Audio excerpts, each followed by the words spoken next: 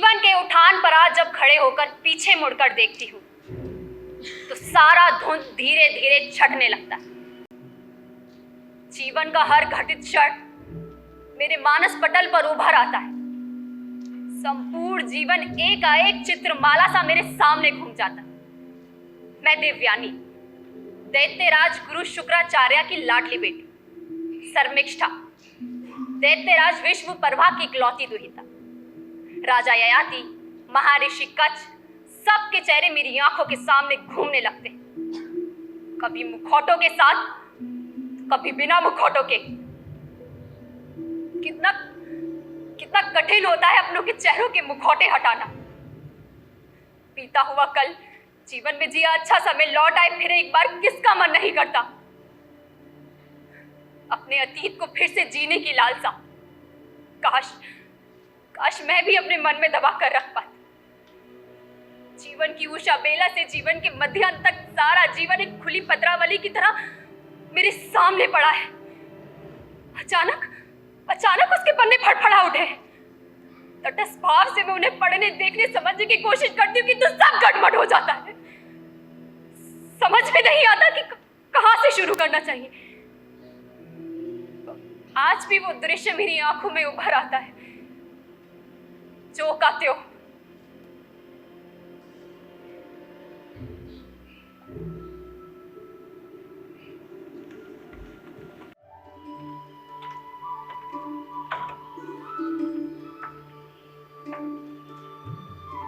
देवताओं के गुरु आचार्य बृहस्पति का पुत्र कच्छ दैत्यराज वृषपर्वा के इस राज्य में पहुंच चुका हूं। सुना है कि शुक्राचार्य के आश्रम भी इसी आनंदवन में, जहां वे अपनी साधना में लीन रहते, परंतु वे तो कहीं दिखाई नहीं देते। देवराज इंद्र उनके मृत संजीवनी ज्ञान से बड़े आतंकित रहते। जिन दैत्यों को देवतागण अपने पराक्रम और कौशल से मार देते हैं, गुरु शुक्राचार्य मृत संजीवनी ज्ञान से उन्हें पुनः जीवित कर देते। देवता हैरान कि दैत्य नष्ट क्यों नहीं हो रहे हैं। अब तक तो इस विद्या की काट कोई ढूंढ नहीं पाया। संभव है इसे पाकर ही कुछ समाधान निकल सके, परंतु गुरु शुक्राचार्य मुझे इसे देंगे संदेह। तुम युवा हो, परिश्रमी और लगन के पक्के, और फिर महर्षि अंगिरा के पौत्र। शुक्राचार्य से मृत संजीवनी विद्या पाने में अवश्य सफल रहो। वैसे सोचते मैं ही नहीं कच्छ, समस्त देवतागण यही सोचते। मेरे पिता के पास जो ज्ञान था वो मुझे मिल चुका है, परंतु मृत संजीवनी का ज्ञान तो मेरे पितामह से उन्हें भी नहीं। अपने प्रिय शिष्य शुक्र को ही उन्होंने इस विद्या योग्य माना और उन्हीं को ये विद्या प्राप्त हुई। दैत्यराज वृषपर्वा ने भी अपनी नीति कुशलता का प्रदर्शन किया और शुक्राचार्य को गुरु पद से सम्मानित कर अपने पक्ष में कर। देवताओं ने मेरे पिता को देवाचार्य का पद देकर सम्मानित किया, परंतु मेरे पिता के पास भी मृत संजीवनी का ज्ञान नहीं है। ये तो बहुत बाद में पता चला। तुम महर्षि अंगिरा के पौत्र हो, शुक्राचार्य से मृत संजीवनी विद्या पाने में अवश्य सफल रहोगे, ये मुझे विश्वास है। देवताओं के इसी विश्वास के कारण मुझे आना, परंतु यहाँ तो सन्नाटा है। अब तुम्हें अकेले ही आगे बढ़ना होगा। मैं अब चलता हूं। घने जंगल में आश्रम ज्ञान साधना के लिए सर्वोत्तम स्थान है। कैसा शांत, सुरम्य और मनोरम वातावरण है। अतिथि, कौन है आप? कैसे आगमन हुआ? इस आश्रम में आने का आपका प्रयोजन? आपत्ति ना हो तो मैं आपका परिचय पा सकती हूँ? क्यों नहीं देवी, मैं कच्छ देव जाति का, देवलोक से होकर यहाँ इस जंगल में भटक गया हूँ। देवी, देवलोक से? जानते नहीं, ये देवताओं के परम शत्रु दैत्यराज वृषपर्वा का राज्य है। युवक, तुम्हें अपना जीवन प्यारा नहीं है क्या? मैं कच्छ ऋषि अंगीरा का पौत्र। ऋषि अंगीरा के पौत्र? अरे स्वागत, इस आश्रम में आपका स्वागत है। पिताजी अभी कहीं बाहर गए हैं, तब तक आप यहीं विश्राम करें। मैं देवयानी, आचार्य शुक्र की पुत्री। मैं भी कैसा अबोध, मुझे समझ जाना चाहिए था। ओम नमः शिवाय, ओम नमः शिवाय, ओम नमः शिवाय, ओम नमः शिवाय। पिताजी, ये आ रहे कच्छ, ऋषि अंगीरा के पौत्र, आपसे भेंट के लिए आए हैं।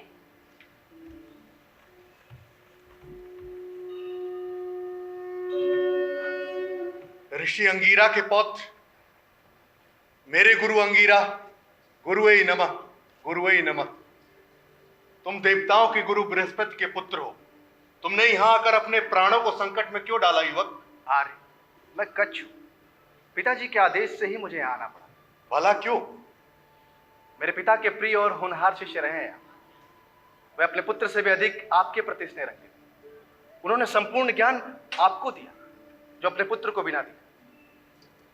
पिताजी का आदेश हुआ कि अपने कुल परंपरा के संचित ज्ञान कोश को पाने के लिए आपके पास आओ, आपका शिष्यत्व प्राप्त करो। मेरे पिता के पास जो ज्ञान था वो मुझे मिल चुका है, परंतु जो ज्ञान मेरे पितामह ने मेरे पिता को ना दिया, आपको दिया, वो आपसे पाऊं। इसीलिए आपकी शरण आया हूं। निराश ना करें। तुमने मुझे धर्म संकट में डाल दिया है कच्छ। क्या तुम नहीं जानते कि मैं दैत्यराज वृषपर्वा का धर्म गुरु हूं, उनका हितैषी हूं? ये कोई रहस्य नहीं है यार, प्रकट सत्य है। परंतु ज्ञान पाने के लिए आए ज्ञानार्थी की याचना पर भी विचार करें। तुम मेरे गुरु भाई के पुत्र हो, मेरे लिए भी पुत्रवत, किंतु कुछ प्रश्न मन में उठ रहे हैं जो मुझे उलझन में डाल रहे। मैं आपके हर संदेह का निवारण करने के लिए तैयार हूं गुरुदेव। यह विनयी है, सुंदर है तन और मन दोनों से। ज्ञान की प्यास इसके मन में, किंतु यदि दैत्यराज को पता चलेगा यह देवलोक से आया है, देवगुरु बृहस्पति की संतान है, तो उसे जीवित नहीं छोड़ेंगे। मेरा अपराध मारा जाएगा। गुरुदेव, मैं हर परीक्षा के लिए तैयार हूं।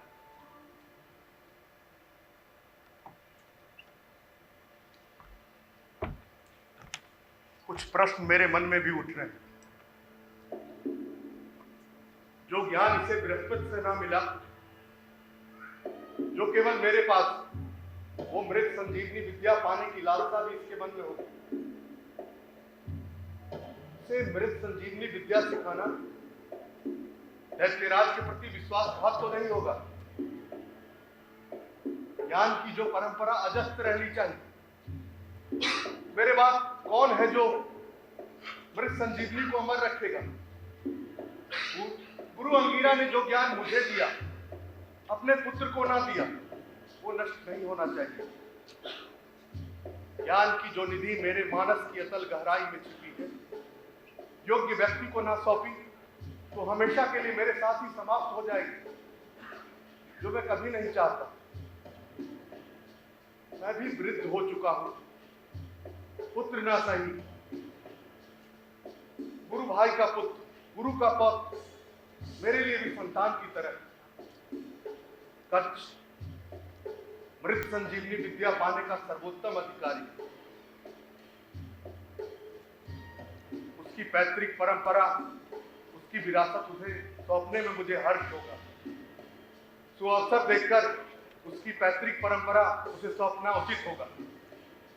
किंतु संभवतः गुरुदेव के मन में राजनिष्ठा और गुरु परंपरा का द्वंद चल रहा है। तुम बहुत बुद्धिमान हो कच्छ, स्थिति और स्वभाव के द्वंद को खूब समझ रहे। गुरुदेव, जब तक आपके मन का द्वंद मिट न जाए, ज्ञान गंगा आपके मानस में रहे, मुझे आपत्ति ना हो। आप स्वाधीन हैं, पराधीन या विवश नहीं। विश्वास कीजिए, मैं कठिन ब्रह्मचर्य व्रत धारण करता हुआ आपके विश्वास को जीत पाऊं, ऐसा आशीर्वाद मुझे दीजिए। तथास्तु। आज से तुम आश्रम में रह सकते हो। मैं भी प्रयत्न करूंगा कि तुम्हें दिशा निर्देश देता हुआ गुरु धर्म का पालन करूं। विद्यार्थी को निराश लौटाना गुरु के लिए अशोभन होगा। आज से तुम गुरु के संरक्षण में हो। आश्रम की छत्र छाया तुम पर बनी ही रहेगी। कच्छ, ये तुम्हारे भी धैर्य की परीक्षा का समय हो।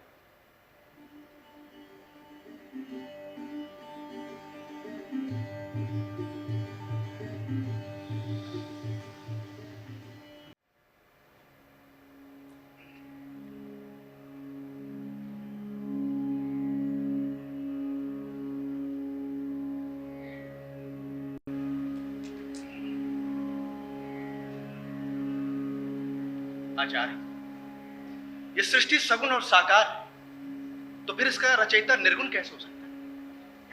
क्या संभव है कच्छ? क्या निराकार पवन साकार वस्तुओं को नहीं ढा देता? निराकार और निर्गुण होना गुणहीनता नहीं, स्वयं में एक विशेष गुण है। कैसे आचार्य? अब विश्राम करो, संध्या हो गई। कल भी इस विषय पर चर्चा करेंगे। मन में एक शंका और है आचार्य, जो समाधान पाना चाहते हैं। क्या निर्गुण अनादि और अनंत है? संभव है कच्छ, लेकिन ये हम कैसे जानेंगे? हम तो अनादि और अनंत नहीं। प्राणी का जन्म तो होता ही है आचार्य, इसलिए वो अनादि तो है नहीं, परंतु क्या वो अनंत यानी अमर हो सकता है? अमृत से ही अमरता पाई जा सकती है वत्स। क्या मृत्यु को भी जीता जा सकता है? मृत को मृत संजीवनी से पुनर्जीवन जिया जा सकता है। अब विश्राम करो, सांझ हो गई। आज का पाठ इत्यलम। ओम।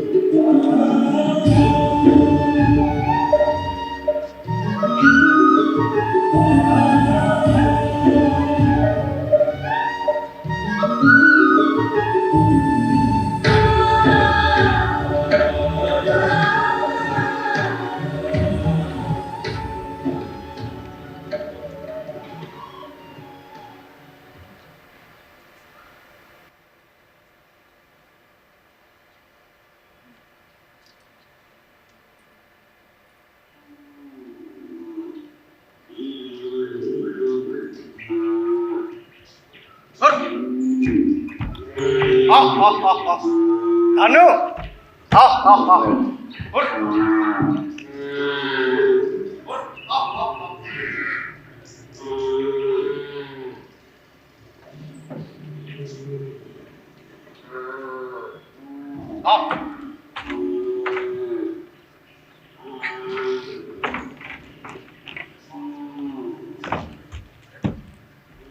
सब मस्त होकर घास चर रही हैं, उन पर यहीं से दृष्टि रखना उचित होगा। थोड़ा विश्राम भी कर लेता हूँ।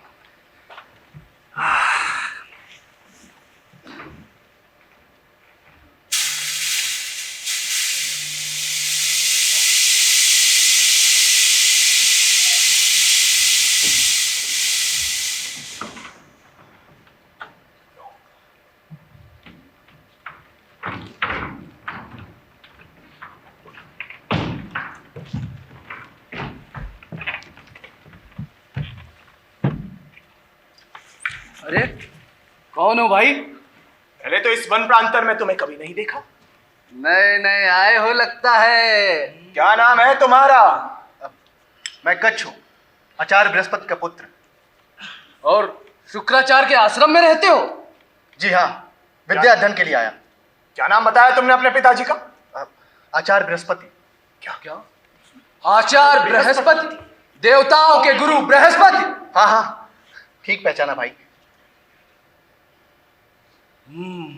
खूब खूब सुना भी? हाँ सुना भैया, मेरे दिमाग में तो खतरे की घंटियां बज रही है। खतरे की घंटियां यहां तक सुनाई दे रही हैं। क्या कहते हो? अब बताओ क्या करना चाहिए? आखिरकार देवता अपनी चाल चल ही गए, फंसा ही लिया शुक्राचार्य को अपने जाल में। क्या कहते हो, क्या करना चाहिए? आश्रम की रक्षा का दायित्व हमारे कंधों पर। दैत्यराज वृषपर्वा को पता चल गया तो हमें जीवित न छोड़ेंगे। इससे पहले कि महाराज की कृपाण हमारा गला काट दे, क्यों न हम इस उदंड बालक को रास्ते से ही हटा दे। जंगली जानवरों को भी भरपूर भोजन मिल जाए।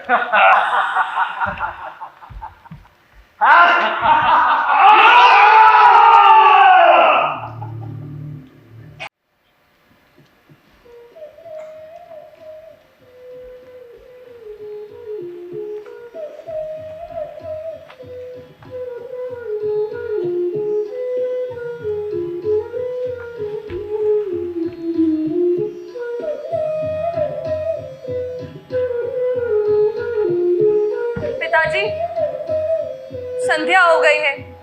आर्यकच्छ अभी तक गोचरण से नहीं लौटे। गोधूली बेला तो कब की समाप्त हो गई, अंधेरा बढ़ चला है। अब तक कच्छ को आ जाना चाहिए था। पिताजी, हृदय में अनेक आशंकाएं उठ रही हैं। वन, हिंसक पशु, कहीं कुछ अनिष्ट तो ना हुआ होगा। वो देखिए, कौवें तो स्वयं ही लौट कर आ गई हैं पिताजी। आर्यकच्छ तो दूर दूर तक कहीं दिखाई नहीं दे रहे हैं।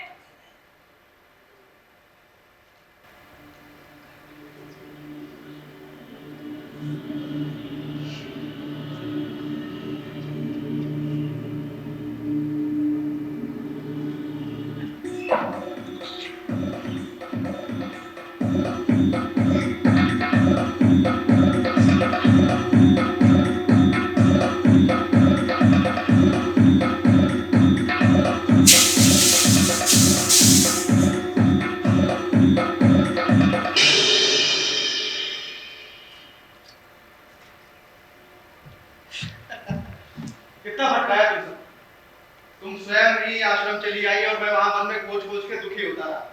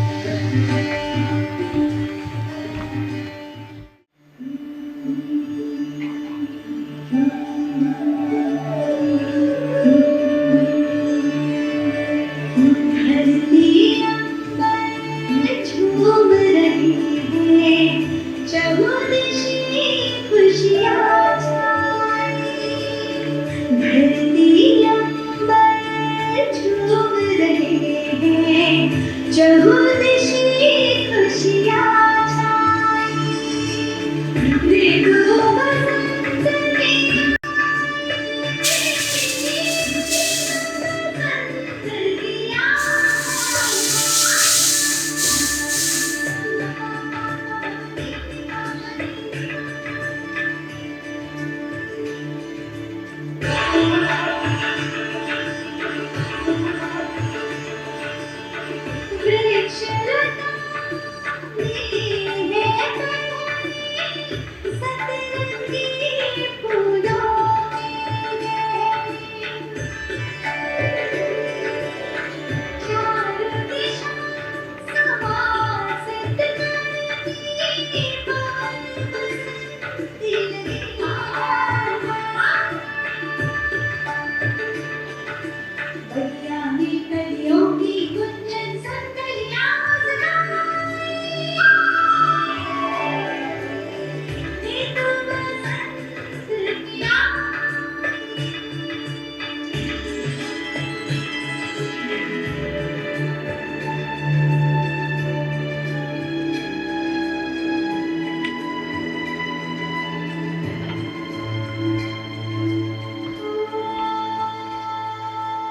आर्यकच, ये देखिए जबा का पुष्प। कितना सुंदर, एकदम रक्तिम। हाँ आर्य, सिंदूर जैसा, रोलिका सा रंग, जैसे बाल अरुण का, जैसे किसी सौभाग्यवती के भाल के सौभाग्य बिंदु सा। बहुत भाता है ये रंग और ये पुष्प तुम्हें। हाँ आर्य, इसे बालों में गूंथना भी बहुत भाता है मुझे। अब तक तो केवल देवी पूजन में ही उपयोग होते देखा है इसको। देवी के प्रसाद की आकांक्षा तो हमें भी रहती है आर्य। जब भी इस पुष्प को देखूंगा तुम्हारा स्मरण होगा।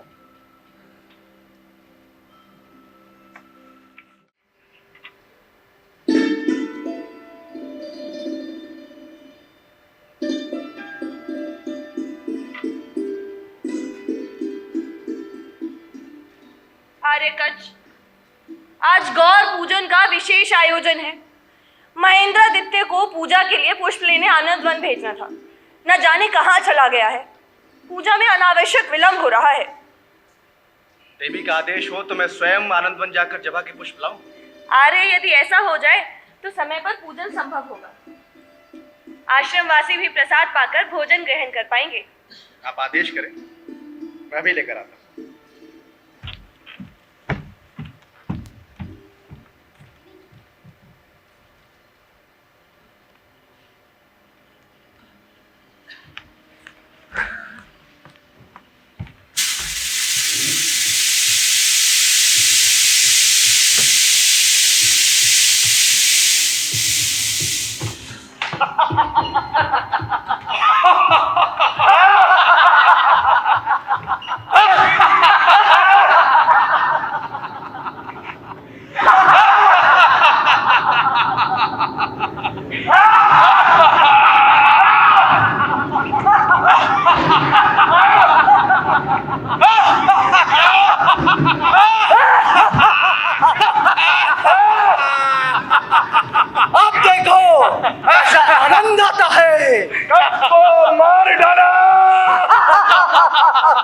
और दोबारा शुक्राचार्य जीवित न कर दे, इसलिए जलाकर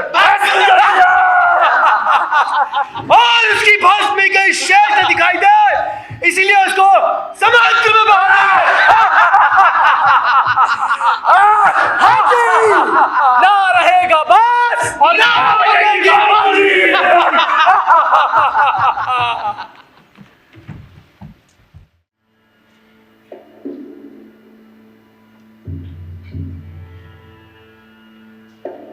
पिताजी, आर्यकच को गौर पूजन के लिए पूजा के पुष्प लाने भेजा था, वो अभी तक नहीं लौटे हैं। कहती तो तुम ठीक हो, भला पुष्प लाने में इतना विलंब क्यों? वही तो, आनंद वन तो उन पुष्पों से भरा पड़ा है। अवश्य ही कुछ अनिष्ट हुआ होगा पिताजी। मैंने तो कच्छ को पहले ही कहा था कि वो दैत्यलोक आकर अपने प्राणों को संकट में डाल रहा। परंतु अब तो वो आश्रमवासी हैं, किसी बाहरी गांव के व्यक्ति नहीं। कई वर्षों से आश्रम की सेवा कर संयम पूर्वक अपना विद्या अध्ययन कर रहे हैं।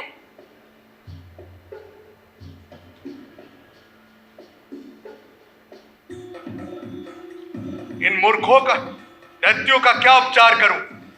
अकारण ही कच्छ के शत्रु बन बैठे। क्या आर्यकच का जीवन फिर संकट में पिताजी? संकट, महासंकट कहो। निरपराध कच्छ इनकी शत्रुता झेल रहा है।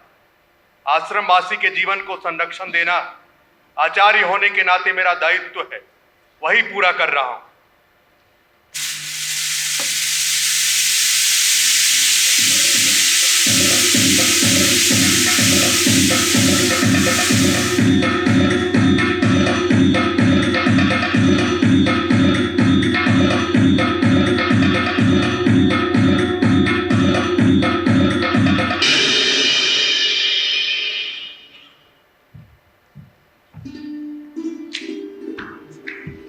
देवी पूजन के लिए पुष्प लेकर उपस्थित हूं देवी।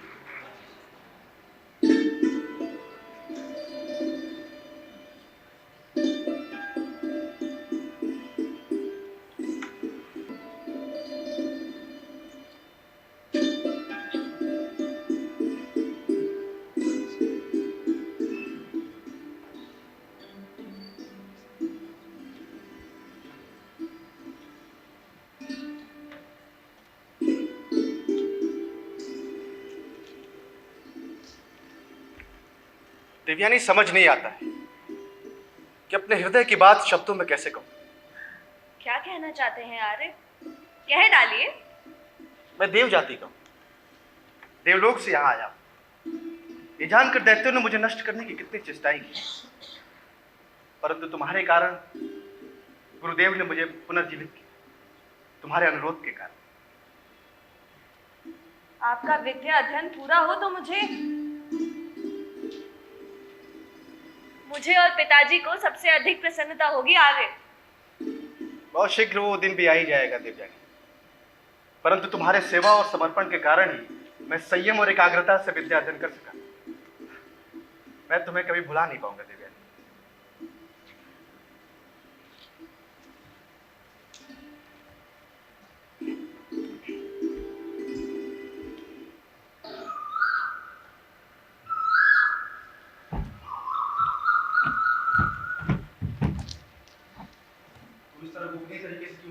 अरे प्रकट होकर आता तो लेने के देने पड़ जाते। तुम्हारी इस आश्रम से और मेरी इस दुनिया से छुट्टी हो जाती।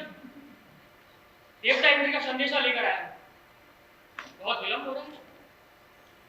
विद्या अध्ययन में शीघ्रता आवश्यक नहीं है नंदनलाल, हमें धैर्य बनाए रखना चाहिए। बहुत जल्दी ही गुरु शुक्राचार्य मुझे मृत संजीवनी का ज्ञान देंगे, और तब तक हमें धैर्य बनाए रखना। अरे ये कौन? हमारे वन प्रांत का तो नहीं लगता। विचित्र सा प्राणी है, संदेह दैत्य लोक का तो कदापि नहीं। इसकी सूचना दैत्यराज बृहस्पति को देनी चाहिए। इससे पहले तो कच्छ से मिलने कभी कोई नहीं आया। हो सकता है कोई नया मित्र हो, या ये हो सकता है कोई पुराना परिचित। कहना क्या चाहते हो? अरे भैया, मुझे तो पहले से ही पता था कच्छ यहाँ विद्या के अध्ययन के लिए नहीं आया है, वो यहाँ संजीवनी विद्या के लिए आया है। आचार्य बृहस्पति के आश्रम में ज्ञान की कमी थोड़ी थी। उनका बेटा संपूर्ण ज्ञान पाकर भी शुक्राचार्य का शिष्य क्यों बना? केवल मृत संजीवनी का ज्ञान ही तो नहीं था उनके पास, संभवतः कच्छ उसी को पाने के लिए आया हो। हाँ, संभवतः नहीं भाई, निश्चित रूप से। अगर वह मृत संजीवनी विद्या पा लेगा तो इसका तात्पर्य ये हुआ कि देवताओं को मारने में और दैत्यराज को कभी सफलता नहीं मिलेगी। इसका मतलब देवराज इंद्र विजयी होंगे। अरे भाइयों, देवताओं की चाल समझो। ये उनको अच्छी सूझी, शुक्राचार्य को भ्रम में डाल दिया और संजीवनी विद्या देने का क्या खूब षड्यंत्र रचा। लेकिन हमें उनका षड्यंत्र सफल नहीं होने देना चाहिए। बिल्कुल, मुझे भी यही लगता है। पहली बार जब कच्छ को मारा तो शुक्राचार्य ने उन्हें जीवित दान दे दिया। और दूसरी बार जब जलाकर भस्म कर दिया और उसकी भस्म को समुद्र में फेंक दिया, भैया उसके बाद तो मुझे लगा कि वो दैत्य लोक से सदा के लिए उठ गया होगा। तब फिर शुक्राचार्य ने उसे जीवन दान दे दिया। इस बार कोई ऐसा उपाय निकालो कि वो उसे जीवन दान न दे पाए। शुक्राचार्य भी विवश हो जाए। ऐसा उपाय निकालो कोई। तो यही जाकर कह दूं देवता इंद्र से। यही उचित, वरना लेने के देने पड़ जाएंगे।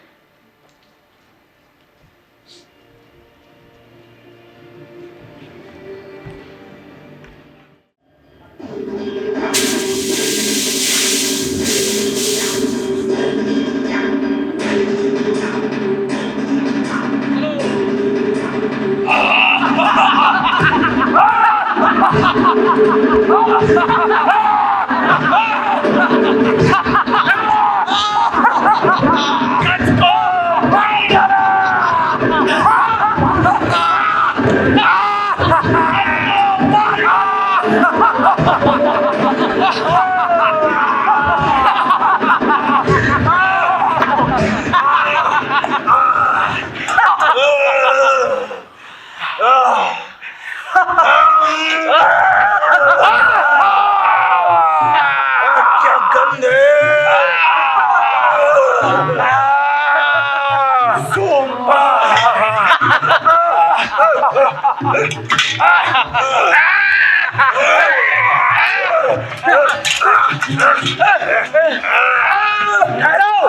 अपना सर्वनाश करने पर तुले हो क्या? यह सोमरस शुक्राचार्य के लिए तैयार किया गया है। अरे मूर्ख, इसके आस्वादन का पहला अधिकार तो उन्हीं का है। वो भोग लगाएंगे, उसके बाद तुम भी ग्रहण कर लेना। चलो चलो, आचार्य परवर से मिलके उन्हें सोमरस का भोग लगाते हैं। चलो चलो चलो। गुरुदेव लगता है खूब सोमरस का पान कर रहे हैं। नहीं गुरुदेव, अभी पी रही है, बस पकड़ रखी है। इसकी गंध से ही मस्ती चढ़ रही है। गुरुदेव, हमने भी सौगंध उठाई है कि जब तक देवताओं को भोग न लगा दे तब तक हम सोमरस नहीं लेंगे गुरुदेव। नहीं तो झूठा हो जाएगा गुरुदेव। आप जो पी लेंगे उसके बाद जो मिलेगा हम उसी में संतुष्ट हो जाएंगे। क्या अनागल बातें कर रहे हो? तुम और देवताओं को भोग लगाओगे? भला कौन देव को, दैत्य और देवताओं को भोग लगाएंगे? कैसे विश्वास हो? हमारे आचार्य ही हमारे देवता हैं। क्यों मार्ग में खड़े होकर सोमपान करना उचित नहीं है। चलो हटो। सोमपान नहीं, सोमभो भोग लगाइए आचार्य। चलो हटो, मार्ग से हटो।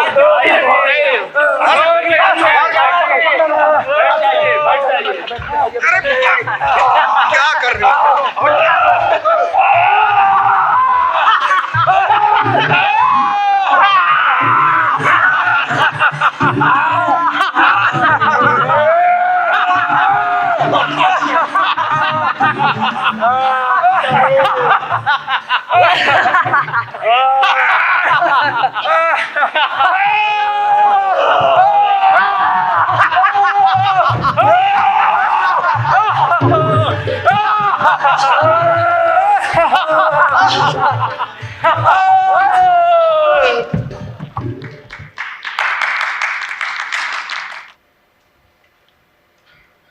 पिताजी, आज आपको भी आने में विलंब हो गया।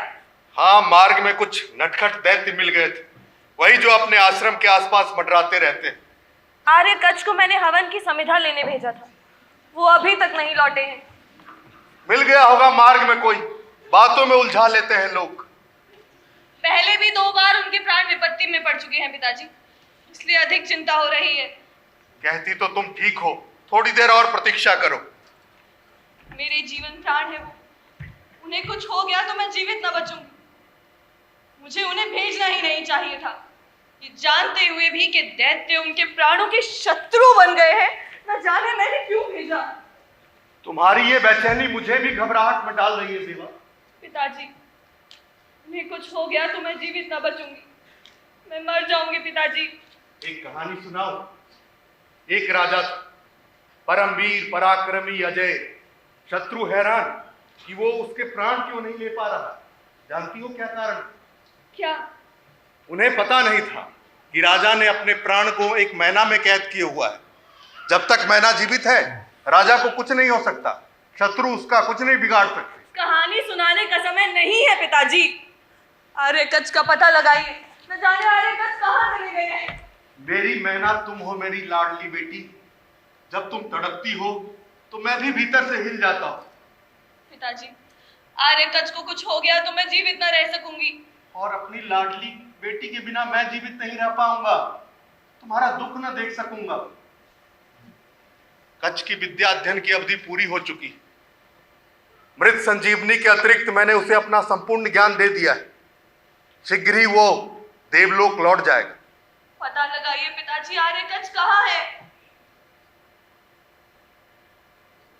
मृत संजीवनी विद्या के बिना उनका विद्या अध्ययन पूर्ण कैसे होगा पिताजी? धैर्य धारण करना सीखो बेटी, संयम रखो, संयम। संयम? समय आने पर सब पूरा होगा, सब ठीक होगा। मेरे जीवन प्राण है वो, पता लगाइए आर्य कच्छ कहाँ लुप्त हो गए हैं।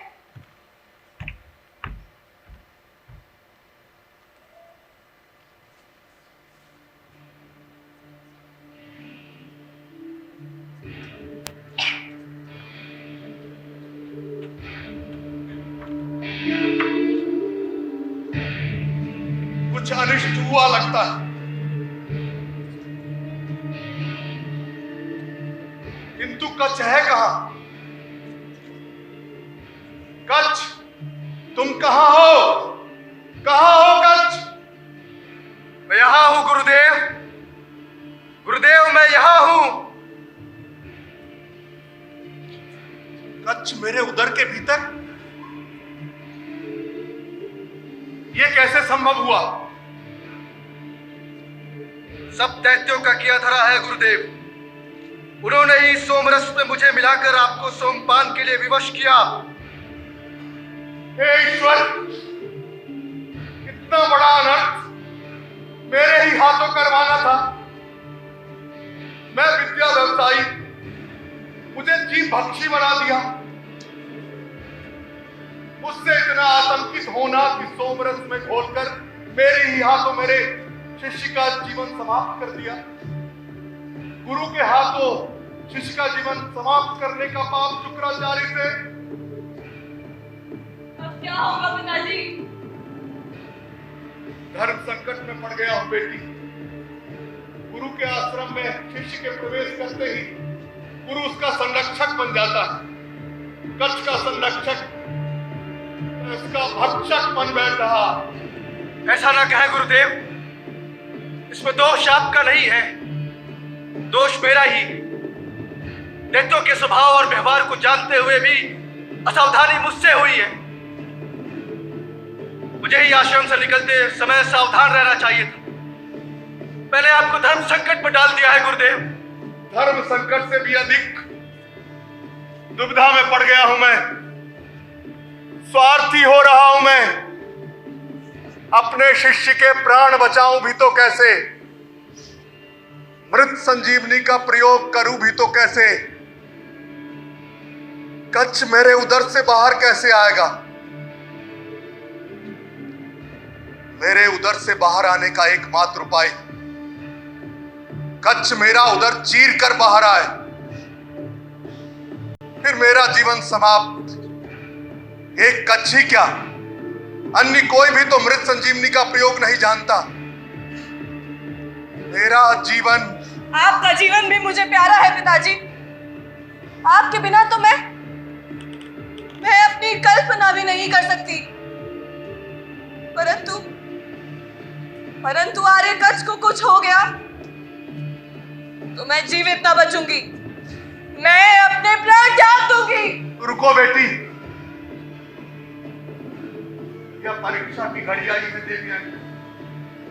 यह हम सब के लिए विषम समय, केवल कच्छ के लिए ही नहीं, मेरे लिए और तुम्हारे लिए भी।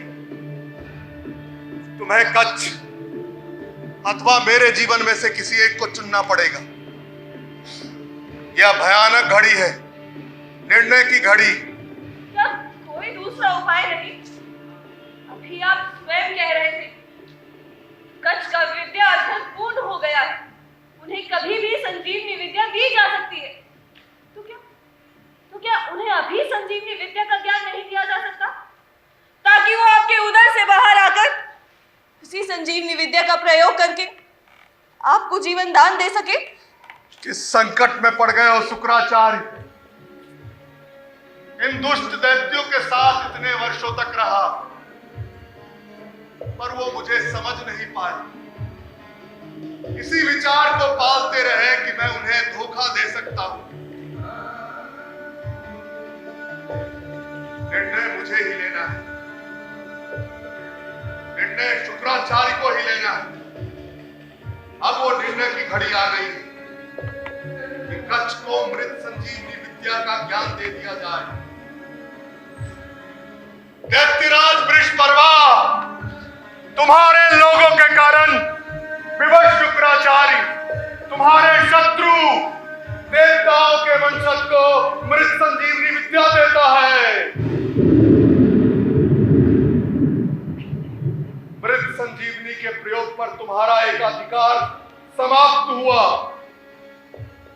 आज के बाद केवल कच्छ ही इसका प्रयोग कर सकता है, मैं भी इसका प्रयोग नहीं कर सकता।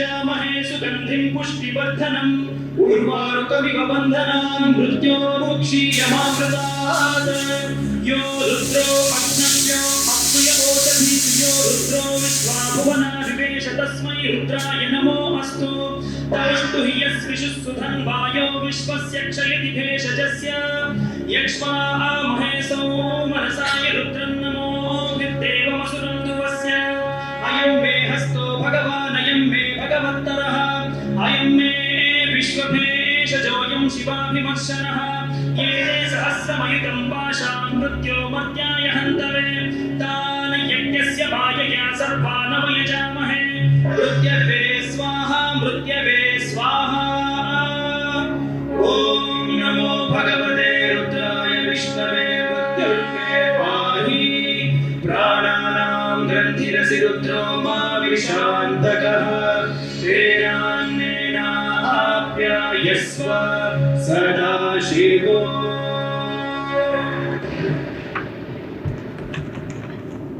पिताजी,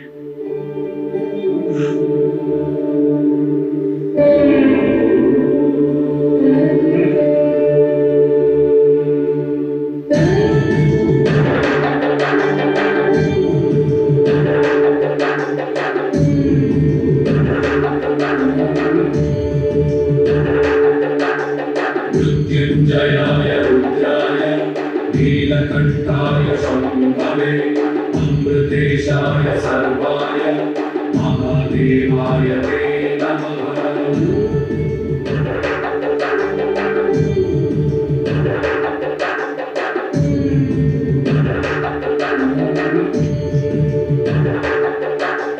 मृत्युञ्जयाय रुद्राय नीलकण्ठाय शम्भवे अमृतेशाय सर्वाय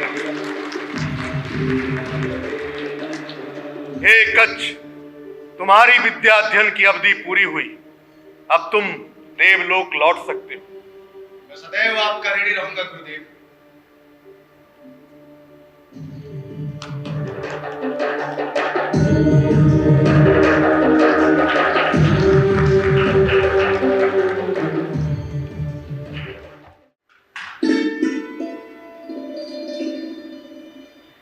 आर्य कच्छ आज प्रस्थान कर रहे हैं।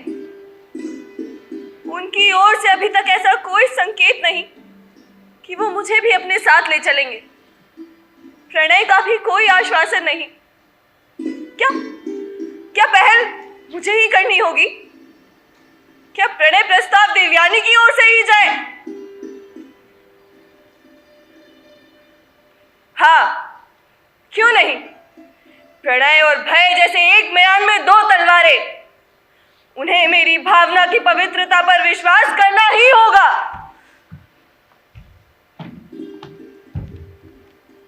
आज्ञा दो देवयानी, आज गुरु आश्रम से विदा लेने का समय आ गया। समय कैसे बीत गया ना, पलक झपकी और शताब्दियां बीत गई। यहां पर बिताया समय बहुत याद आएगा, विशेषकर तुम बहुत याद आओगी देवयानी। और कुछ और तो नहीं है जो आप भूल रहे हैं?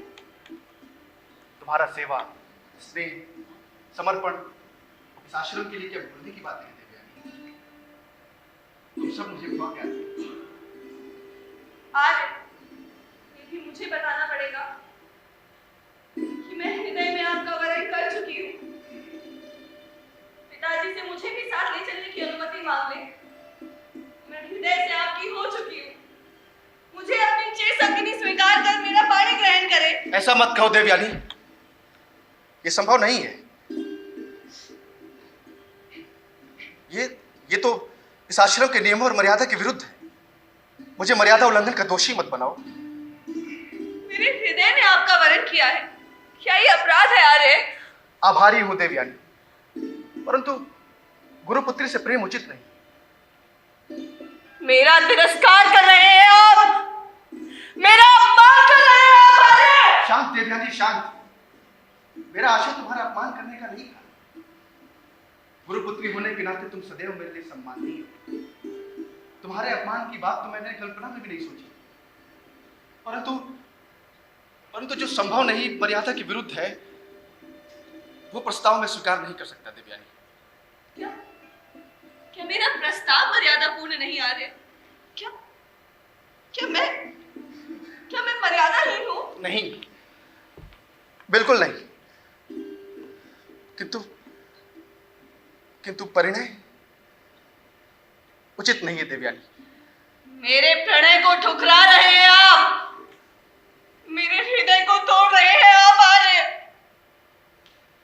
इस आश्रम में मिली विद्या फलेगी नहीं आपको, उस विद्या का स्वयं पर प्रयोग नहीं कर पाएंगे आप। उस विद्या का प्रयोग किया गया सफल ना होगा, दूसरों पर भी उसका प्रयोग ना कर पाएंगे आप। काहे देते हो? मेरे किस अपराध का दंड दे रही हो देवयानी? बिना सोचे समझे कैसे ये शाप दे दिया कि मेरी विद्या सफल ना हो? तुमने ये शाप कामांध होकर दिया, स्वार्थवश दिया, ये भी सफल ना होगा।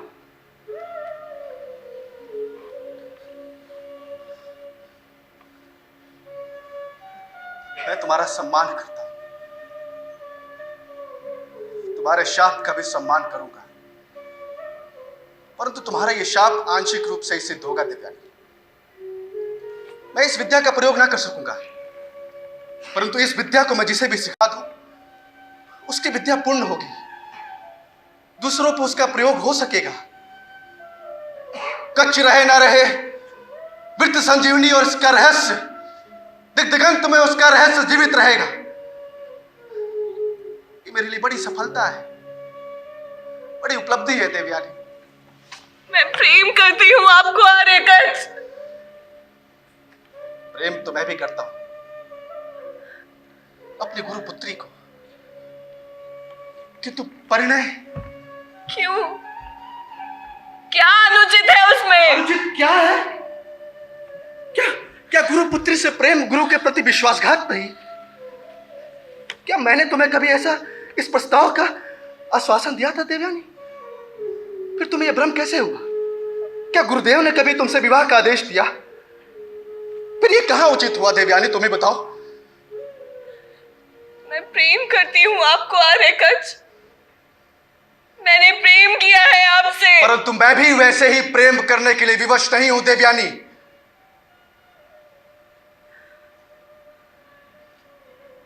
इस आश्रम में बिताया बहुत सा समय,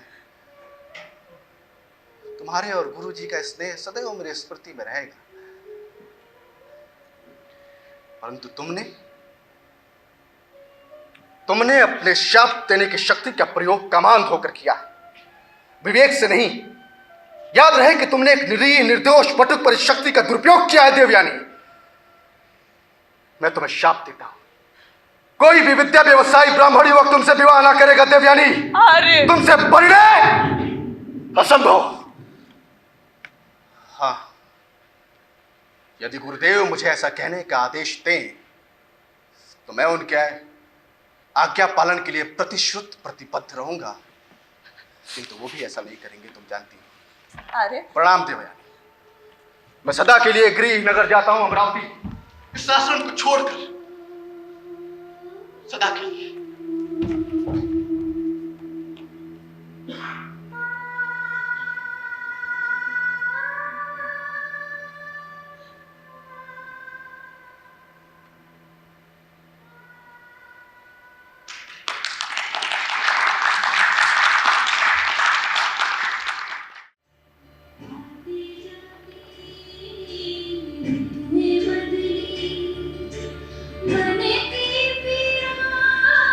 जिसके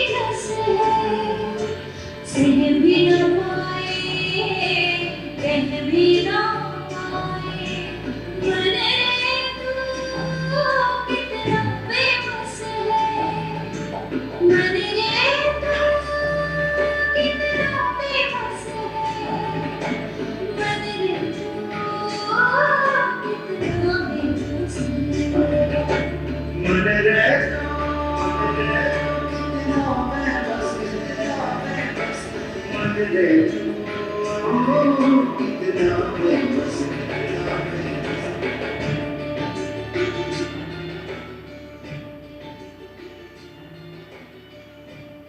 की यादें जब तक सावन के मेघों से भर आती हैं, उनके बारे में बात करना अच्छा लगता है, किंतु हृदय भर आता है। जीवन दुर्भर लगता था उन दिन। समझ नहीं पा रही थी कि कैसे बीतेंगे वो दिन। अरे कष्ट को अपनी ज्ञान की गठरी बांध लौट गए अमरावती, अपने गृह नगर, निर्मोह निर्मम रह गई देवयानी। उनकी याद में आंसू बहाते।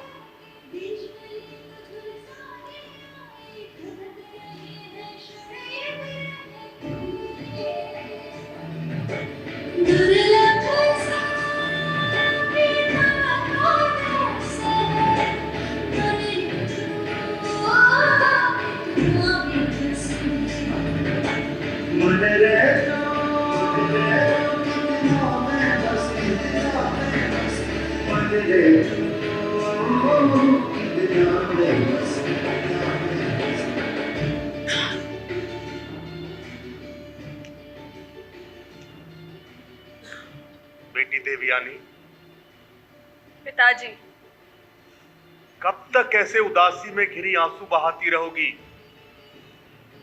मुझे देखो, इतना कुछ हो गया मेरे साथ, मैं भी तो जीवित हूं। बड़ा ही होनहार युवक था कच्छ। अपने लक्ष्य को पाकर जाना ही था उसे, लौटकर अपने लोगों के बीच जाना ही था। पीछे मुड़ के देखने से घाव पिराएंगे बेटी। जीवन आगे बढ़ते जाने का नाम है। पिताजी, आप दुखी ना हो मुझे दुखी देखकर। धीरे धीरे सब ठीक हो जाएगा। जीवन आगे बढ़ते जाने का नाम है। मैं भी धीरे धीरे आगे बढ़ जाऊंगी। ऐसे निर्मोहियों के लिए जीवन जीना तो नहीं छोड़ा जा सकता। महाराज बृहस्पति की राजकन्या शर्मिष्ठा तुम्हारे बराबर की, समवयस्क। तुम चाहो तो उसके साथ उठना बैठना आरंभ कर दो।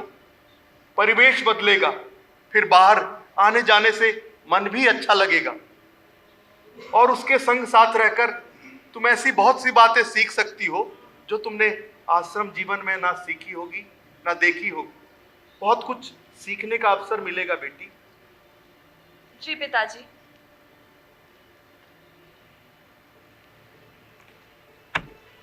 महाराज बृहस्पति नीति कुशल और व्यवहार कुशल तो थे, तभी तो उन्होंने पिताजी को राजकुल बनाने में तनिक विलंब नहीं किया। कहीं रुष्ट शुक्राचार्य उनका साथ न छोड़ दे, इसलिए देवयानी को बेटी की तरह शर्मिष्ठा की सखी बना। मेरा राजमहल में आना जाना आरंभ हो गया। अब अच्छा लगने लगा है। पर राजमहल में राजकन्या को मेरी उपस्थिति अच्छी नहीं लगती थी, और ये मैं समझ गई। मेरी उपस्थिति में वो सहज अनुभव नहीं करती थी।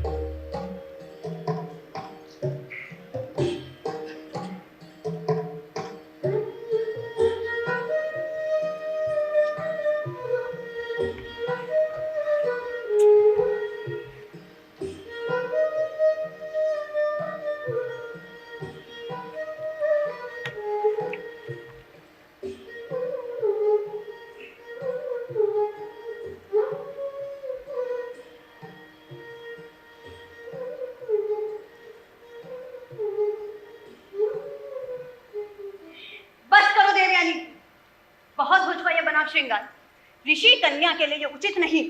क्यों? इसमें बुरा क्या है? पिताजी ऋषि है, मैं नहीं। हाँ, पिताजी को आज तक मेरे बनाव श्रृंगार से कोई आपत्ति नहीं हुई। तो फिर राजकन्या को क्यों? हाँ, क्यों नहीं? मैं मना कहाँ कर रही हूँ? वैसे भी पिताजी का आदेश है कि मैं सदा तुम्हें अपने साथ रखूं, तुम्हारा मन रखूं। आचार्य शुक्र और तुम्हें बुरी लगने वाली ऐसी कोई बात ना कहूं। ना ही मुझे कुछ ऐसा करना चाहिए जिससे कि तुम्हें बुरा लगे, क्योंकि पिताजी का बहुत स्नेह है तुम पर।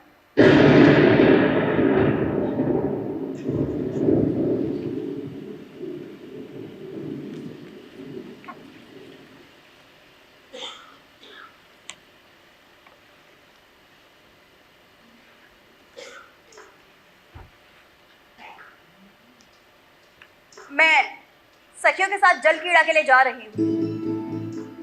मन तो मेरा भी बहुत है जल क्रीड़ा का, यदि कोई आपत्ति ना हो तो। चलिए फिर जल्दी चलते हैं, हमें विलंब नहीं करना चाहिए।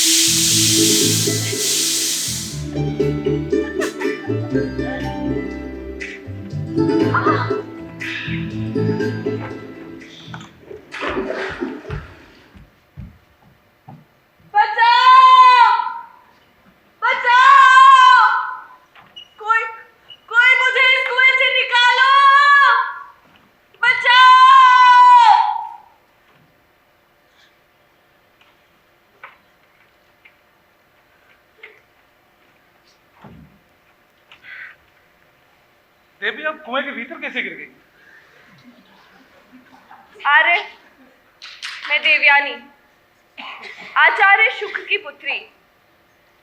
दैत्यराज की दुहिता ने मुझे क्रोध में आकर इस कुएं में फेंक दिया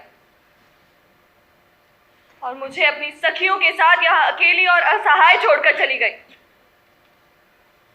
यदि आप यहाँ ना आते तो न जाने मैं कब तक यहाँ पड़ी रहती। संभवतः जीव जंतुओं का आहार ही बन जाती।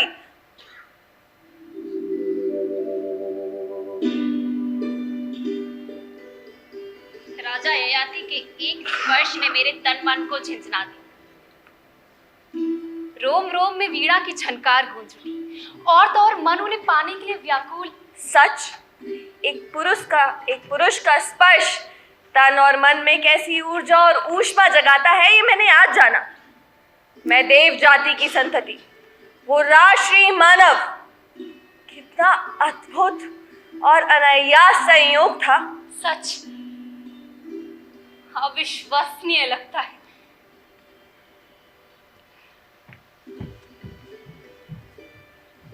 देवी, मैं किसी कार्यवश इधर आ गया।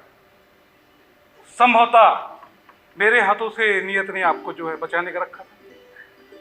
संभवतः नियति का ही खेल था महाराज। अस्पर्शिया देवयानी का दाहिना हाथ आपने ही पकड़ा। आप कहना क्या चाह रही हैं? किसी भी पुरुष ने आज तक मेरे तन का स्पर्श नहीं किया है महाराज। सर्वप्रथम आपने ही किया, वो भी मेरा दाहिना हाथ पकड़कर। इसका अर्थ समझते हैं आप? देवी, आप देव जाति की और मैं मानव जाति से, ये कैसे संभव है? और फिर आपके पिताजी भी इसके लिए सहमत नहीं होंगे? आपने मेरा पाणी ग्रहण किया है महाराज। मुझसे विधिवत विवाह कर मुझे अपनी पत्नी स्वीकार करें। आपके सिवा आज के बाद कोई भी पुरुष मेरा वरण न कर सकेगा। देवयानी। स्वामी,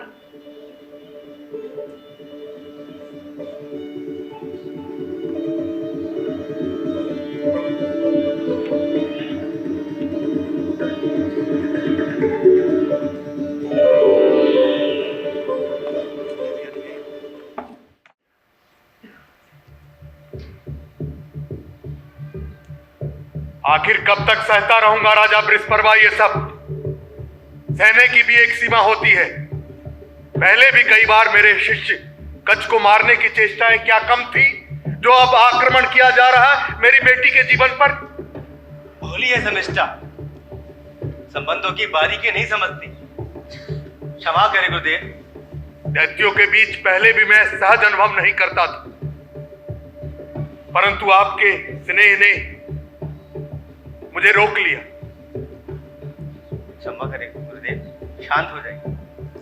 इकलौती कन्या है मेरी देवयानी, कोई इसका अपमान करे या अनिष्ट करे मैं बर्दाश्त नहीं कर सकता। मैं तुम्हारा राज्य छोड़कर अन्यत्र चले जाना चाहता हूं, इसी में सबकी भलाई। नहीं गुरुदेव, ये बहुत भारी दंड हो दैत्य कुल पे। दैत्य कुल के प्राण के उद्धारक तो केवल आप ही हैं। नहीं राजन नहीं, संभवतः मुझे यहां आना ही नहीं चाहिए था। भूल मुझी से हुई, अपनों को छोड़कर परायों के बीच आ गया। अब प्रायश्चित करने दो, मुझे जाने की आज्ञा दो। देवयानी, रोक लो उन्हें। मैंने तुम्हें सदा पुत्र की भांति माना है। शर्मिष्ठा और तुमने कभी भेद नहीं किया। कुछ भी दंड दो, बस गुरुदेव को रोक लो। महाराज ययाति से मेरा विवाह हो रहा है राजन। शर्मिष्ठा और उसकी सखियां मेरी दासियां बनकर रहे। ठीक है, यही होगा।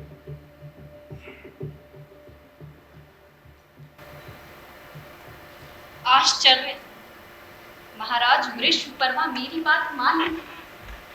देवयानी की दासी दैत्यराज की पुत्री शर्मिष्ठा राग रंग और आनंद भरे थे। समस्त संसार भूल स्वामी की बाहों में थी।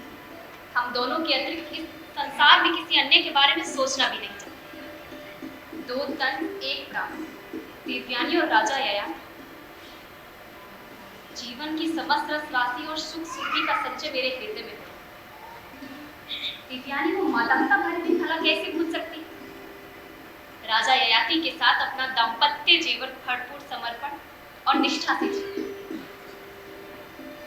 परंतु कई वर्ष बीतने के बाद पता चला कि धोखे के संसार में जी रही।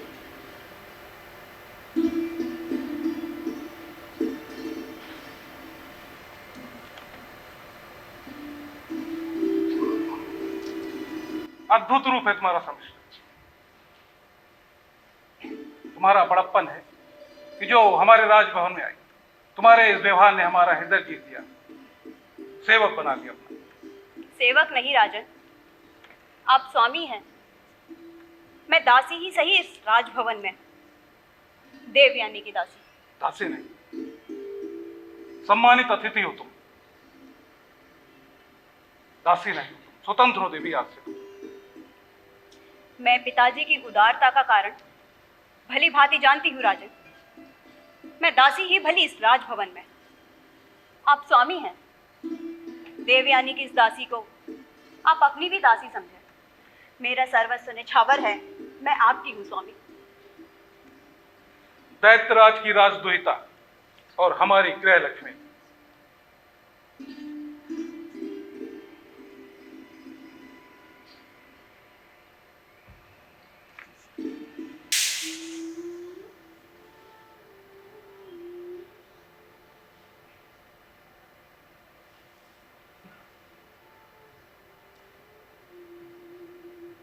राजा को क्या आपत्ति होती भला?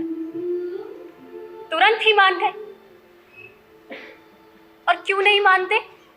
वो राजकन्या अनंत सुंदरी, स्वयं उनके प्रणय की आकांक्षी। तब देवयानी से हुए विवाह की मर्यादा राजा को क्यों याद रहती? राजा ययाति ने बिना बताए शर्मिष्ठा से गुप्त विवाह किया, दूसरे वक्त जाकर गृहस्थी बसाई। परिवार बढ़ाया।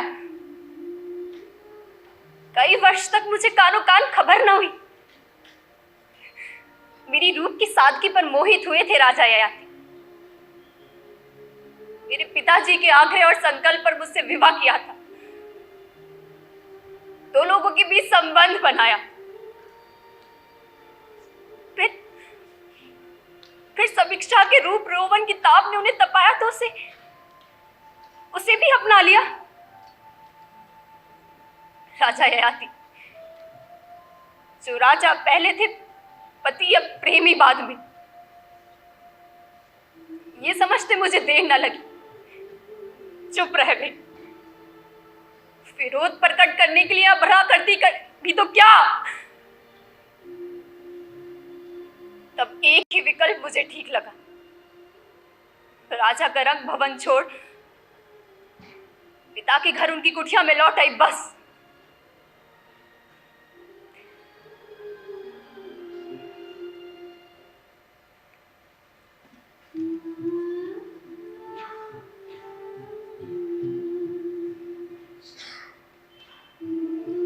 जिन स्मृतियों को छोड़कर भागी थी उन्हीं के बीच लौट आई, टूटे मन और अकेलेपन के साथ।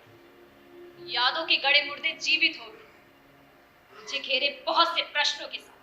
पिताजी तो बहुत कुछ करने में समर्थ थे, वो तो सब कुछ जानते थे। फिर उन्होंने आर्यकच से क्यों नहीं कहा कि देवयानी तुमसे प्रेम करती है? उन्होंने आर्यकच से आग्रह क्यों नहीं किया कि देवयानी से विवाह कर लो? कैसे कहते? स्वयं उन पर ऋषि अंगिरा के बहुत से उपकार जो थे, गुरु ऋण तले दबे हुए थे। आर्यकच तो मृत संजीवनी के पहले ही जाप से पिताजी को जीवन दान दिए गुरु ऋण से मुक्त हो चुके थे। उनसे बेटी से परिणय का आग्रह पिताजी करते भी तो कैसे? बेटी को अपने से अलग करना भी तो उन्हें स्वीकार न था। मुझमें प्राण बसते थे उनके। याद है वो मैना वाली कथा? बड़ी भोली हो देवयानी। अरे पिताजी तुमसे अलग होने की दुख से ज्यादा अधिक इस बात से त्रस्त थे कि उन्हें अपने शिष्य कच्छ के आगे झुकना स्वीकार ना था।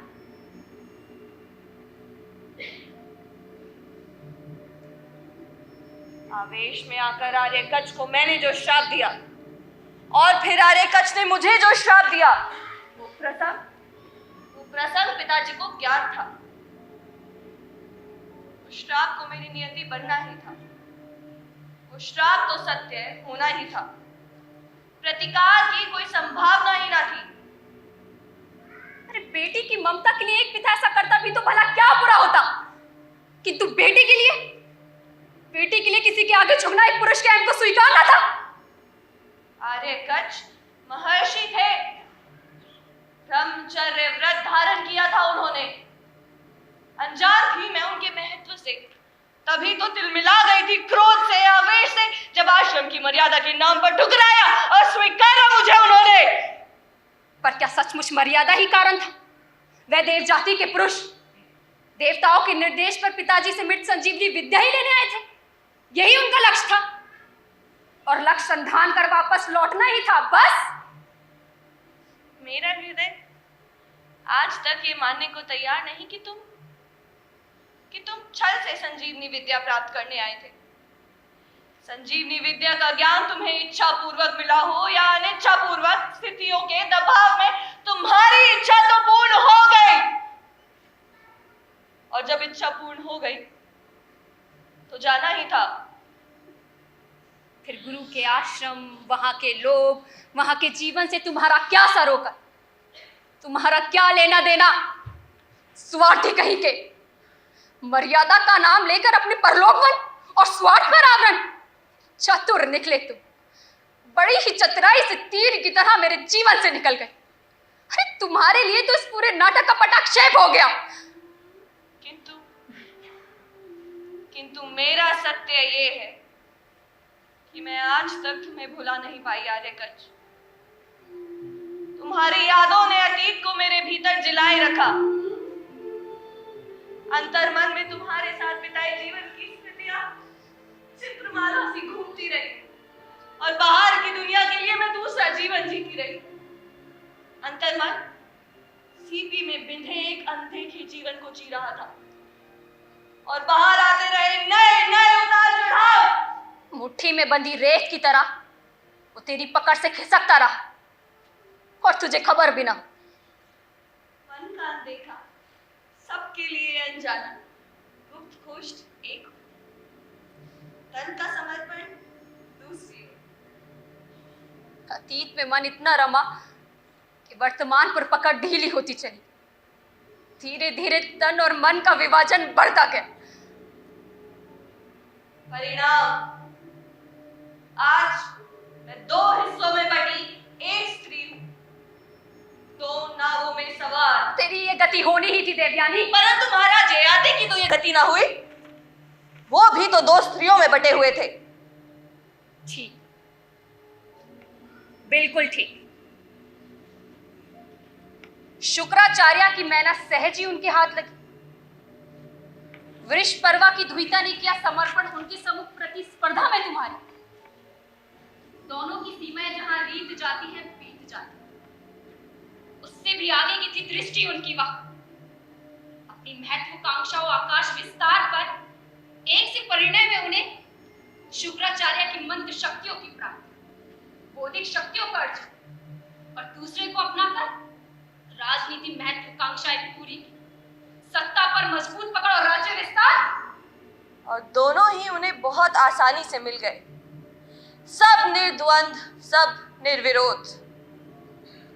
परंतु महाराज ययाति ने मुझे छला, मुझे ठुकराया और उस शर्मिष्ठा को अपनाया। क्या बीतेगी मुझ पर, एक पल भी ना सोचा। भला क्यों? क्यों? सच तो यह है, ना उनकी इच्छा तुमसे प्रणय की थी, ना था उनका लक्ष्य शर्मिष्ठा का प्रणय, बल्कि था कुछ और ही।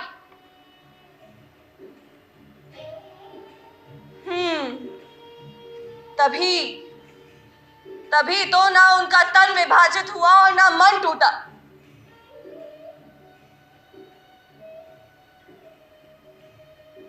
जब रहस्य खुला और चतुराई पकड़ी गई तो सारा दोष परिस्थितियों का, स्वयं निर्दोष, मान सम्मान जो का त्यों।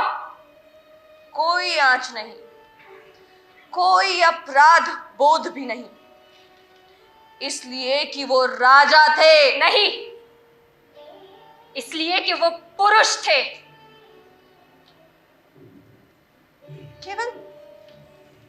केवल इसलिए कि वो पुरुष थे। और मैं इसलिए कि वो थे पुरुष और मैं स्त्री। इसलिए कि वो पुरुष थे और मैं स्त्री।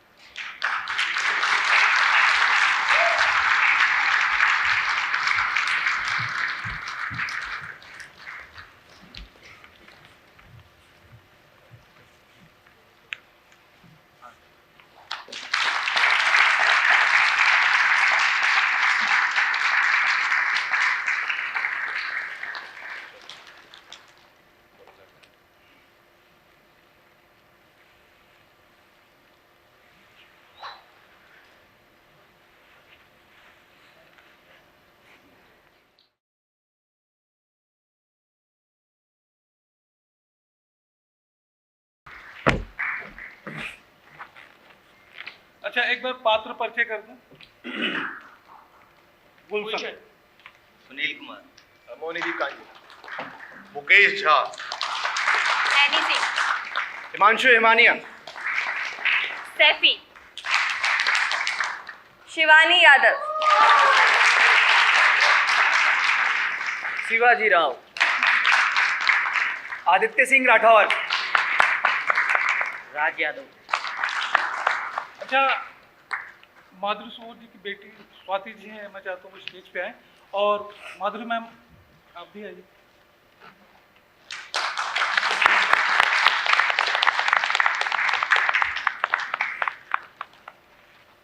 पहले राइटर उसके बाद डॉक्टर।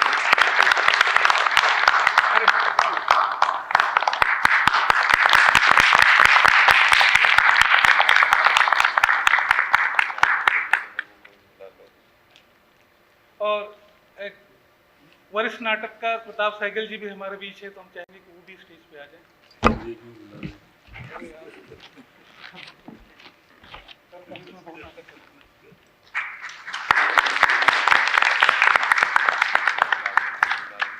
प्रस्तुति के बारे में कोई कुछ विचार बताइए। अरविंद जी और माधुरी जी, प्रताप जी। नहीं, प्रोडक्शन सबने देखी है, बहुत अच्छा किया इन्होंने। और ये सब्जेक्ट जो है काफ़ी परिचित भी है और आप बहुत सारे लोगों के लिए नया भी हो सकता है। एक नाटक देवयानी का कहना भी इससे पहले आ चुका है, रमेश बख्शी का, और ये दूसरा नाटक है, लेकिन थोड़ा अलग तरह से किया है इन्होंने। और एक जो पौराणिक आख्यान हमारे यहाँ बहुत हैं, बहुत महाभारत भरी पड़ी है पौराणिक आख्यानों से, और उनको बार बार री इंटरप्रेट करना, यही मुझे लगता है एक लेखक का कर्म होता है। वो इन्होंने किया। स्त्री और पुरुष का जो द्वंद्व है वो रहा है, सदियों से है और संभवतः रहेगा भी। उसके रूप बदलते रहेंगे, लेकिन ये द्वंद्व खत्म नहीं होगा। तो वो ये प्रश्न उठाना लाजिम है, और प्रश्न उठाया, और वहाँ नाटक का पटाक्षेप है। अब आप सोचिए कि प्रश्न क्या है। बहुत सारे प्रश्न जुड़े हुए हैं इसके साथ। बहुत अच्छी स्क्रिप्टिंग की है और अच्छा प्रोडक्शन है।